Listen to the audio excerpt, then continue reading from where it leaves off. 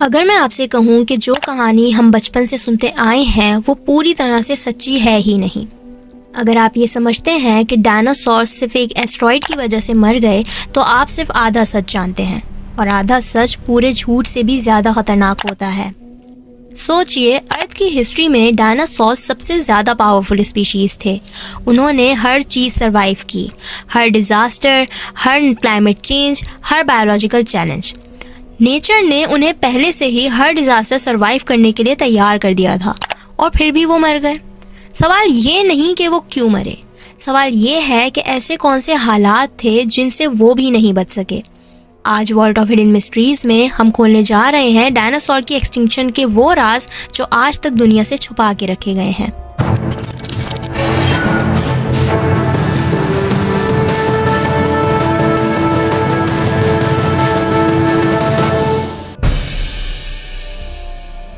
जब कोई भी स्पीशीज़ नेचुरली एक्सटिंक्ट होती हैं तो उसके साइंस बिल्कुल क्लियर होते हैं।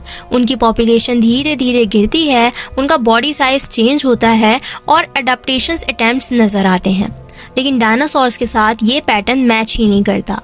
डायनासोर्स ने आइस एजेस सर्वाइव किए, उन्होंने वॉल्केनिक विंटर्स देखे, उन्होंने ऑक्सीजन क्रैशेस झेले जो आज के जानवरों को हफ्तों में या शायद सिर्फ कुछ दिनों में ही मार दें। कुछ डायनासोर्स की बॉडी पे पर मौजूद थे ताकि वो ठंड से बच सकें। कुछ की बॉडी बिल्कुल स्केली थी ताकि वो बहुत ज़्यादा गर्मी हैंडल कर सकें। कुछ डायनासोर्स पानी में रहते थे तो कुछ ज़मीन के अंदर।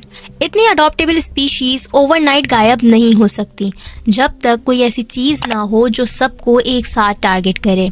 डायनासोर्स के फॉसिल्स हमें बताते हैं कि एक्सटिंक्शन से बिल्कुल पहले बहुत से डायनासोर्स बिल्कुल हेल्दी थे। उनकी हड्डियां बिल्कुल स्ट्रॉन्ग थीं, उनकी ग्रोथ बिल्कुल नॉर्मल थी और वो बहुत एक्टिव शिकारी थे। तो फिर एकदम से क्या हुआ? हाँ, एस्टेरॉयड गिरा, इस बात से इनकार नहीं है। लेकिन ये सोचिए, एस्टेरॉयड ने सिर्फ सरफेस डैमेज किया, लेकिन डीप इकोसिस्टम्स का क्या? जो डायनासोर्स ज़मीन के अंदर रहते थे उनका क्या? जो पानी में रहते थे उनका क्या? उन अंडों का क्या जो ऑलरेडी दफन थे, मिट्टी में दबे हुए थे? अगर एस्टेरॉयड ही सब कुछ होता तो एक्सटिंक्शन फ़ौरन होनी चाहिए थी, लेकिन फॉसिल्स तो हमें कुछ और ही बताते हैं। कुछ डायनासोर्स एस्टेरॉयड अटैक के बाद भी हज़ारों साल तक जिंदा रहे। तो असली सवाल ये बनता है कि एस्टेरॉयड अटैक के बाद ज़मीन में ऐसा क्या बदल रहा था जो डायनासोर्स बर्दाश्त नहीं कर पाए। एस्टेरॉयड अटैक के बाद ज़मीन एक शोर से नहीं बल्कि खामोशी से गुजरी। सनलाइट ब्लॉक हो गई, फोटोसिंथेसिस फेल होने लगा और प्लांट्स वीक हो गए। और सब जानते हैं कि जब प्लांट्स गिरते हैं तो पूरी फूड चेन गिर जाती है। लेकिन यहाँ भी एक और प्रॉब्लम है।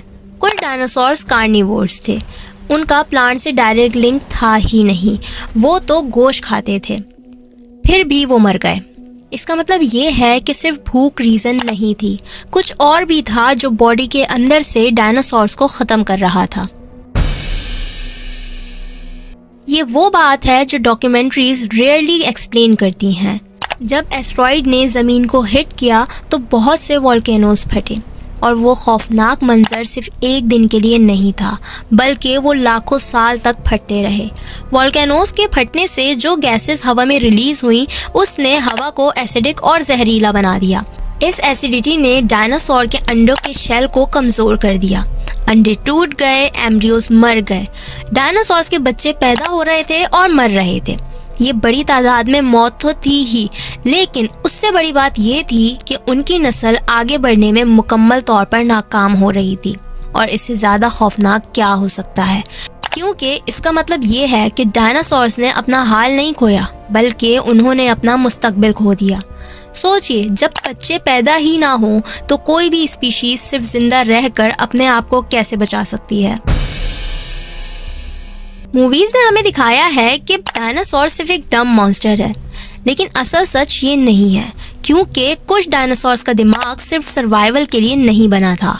कुछ डायनासोर्स प्लानिंग करते थे, ग्रुप में शिकार करते थे, एक दूसरे से बात करने के लिए सिग्नल्स यूज करते थे। ट्रूडन जैसे डायनासोर्स जिनका ब्रेन साइज काफी बड़ा था, साइंटिस्ट को इस सोच ने ही अनकंफर्टेबल कर दिया कि अगर एक्सटिंक्शन ना होती तो शायद आज ये प्लेनेट इंसानों का ना होता। स्टूडेंट जैसे डायनासोर्स एनवायरनमेंट को समझ रहे थे। ये वो स्टेज होती है जहाँ एवोल्यूशन सिर्फ बॉडी पे नहीं बल्कि इंटेलिजेंस पे काम करती है। और हिस्ट्री बताती है कि जब दो इंटेलिजेंट स्पीशीज एक ही प्लेनेट पर होती हैं तो उनमें से सिर्फ एक ही सरवाइव करती है।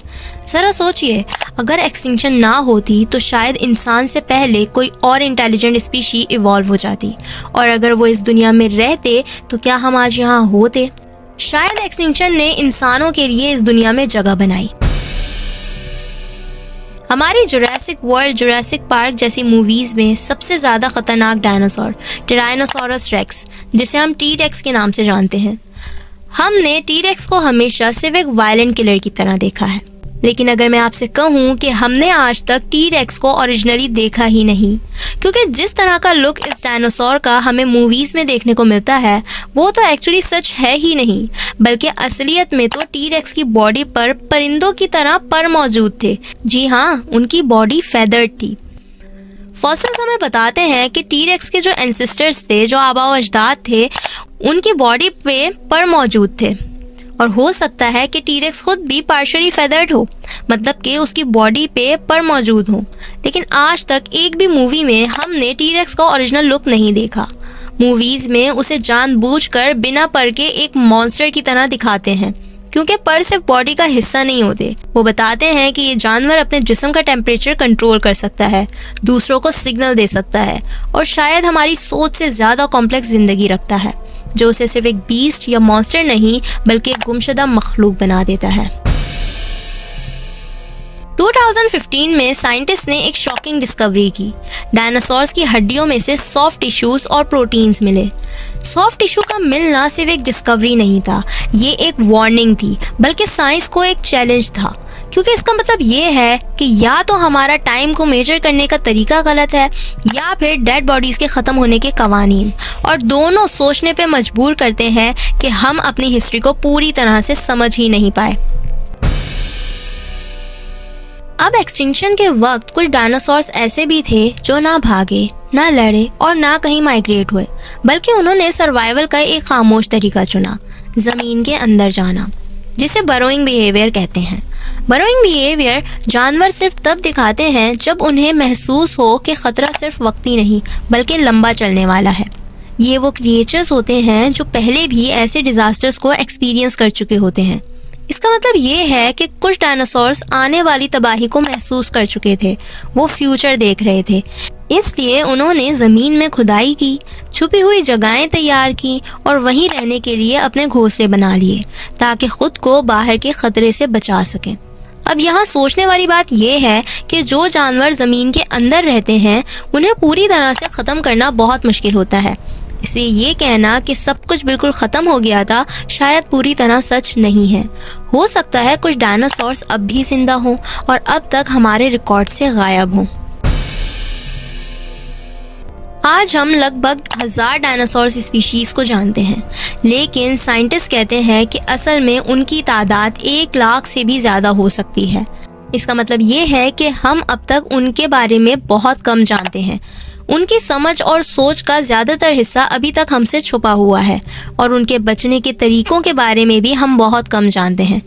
असल बात यह है कि हम कुछ टूटे हुए सबूत देखकर पूरी कहानी समझने की कोशिश कर रहे हैं। जो हम जानते हैं वो सिर्फ फॉसिल्स का शोर है, जो हम नहीं जानते वो 99% खामोशी है। हो सकता है सबसे एडवांस डायनासोर्स अब तक डिस्कवर ही ना हुए हों। हो सकता है हम हिस्ट्री के सबसे अधूरे चैप्टर को मुकम्मल कह रहे हों।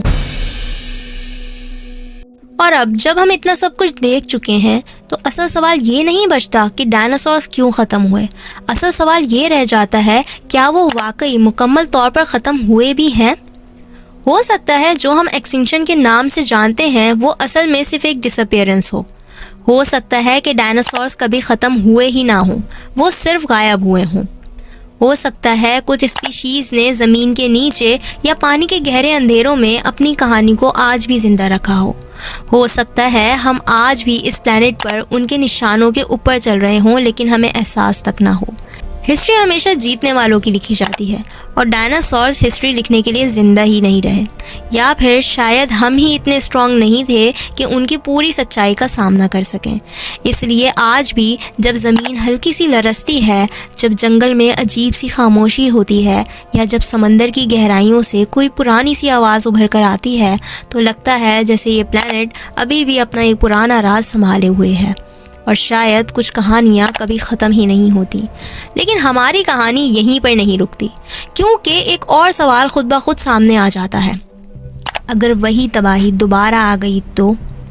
सोचिए, एक ऐसी तबाही जो शोर मचाकर नहीं बल्कि बिल्कुल खामोशी से आए, जो पहले हवा को जहरीला करे, फिर ज़मीन को बंजर बनाए और फिर धीरे धीरे ज़िंदगी की बुनियादी निज़ाम को ही तोड़ दे। डायनासोर्स भी शायद समझते थे कि वो इस प्लैनेट के मालिक हैं। उन्हें भी लगता होगा कि कुदरत उन्हें हर चीज़ के लिए तैयार कर चुकी है। लेकिन जब असल इम्तिहान आया तो ना उनकी ताकत काम आई, ना उनकी इंटेलिजेंस और ना ही उनके अडॉप्टेशंस। और आज शायद हम भी वही गलती कर रहे हैं। हम टेक्नोलॉजी पर भरोसा कर रहे हैं, हम साइंस पर भरोसा कर रहे हैं, हम ये समझ रहे हैं कि हम हर आने वाली तबाही का जवाब ढूंढ लेंगे। लेकिन असल सवाल ये है, क्या हम वाकई तैयार हैं? अगर वही तबाही जिसने डायनासोर्स का मुस्तकबिल छीन लिया, अगर वही सिनेरियो दोबारा रिपीट हो गया, तो क्या हम बच पाएंगे, या फिर हम भी डायनासोर्स की तरह इस दुनिया से खामोशी के साथ गायब हो जाएंगे? हो सकता है आज जो हम हिस्ट्री पर सवाल उठा रहे हैं, कल कोई और स्पीशीज़ हमारी सिविलाइजेशन के फॉसिल्स देखकर यही सवाल पूछ रही हो कि हम इतने एडवांस थे फिर भी क्यों ना बच सके, और शायद ये प्लैनेट फिर से किसी और को अपना वारिस बना ले। आप इस बारे में क्या सोचते हैं? अपनी कीमती राय का इजहार कमेंट सेक्शंस में ज़रूर करें। Thanks for watching this video. अल्लाह हाफिज़।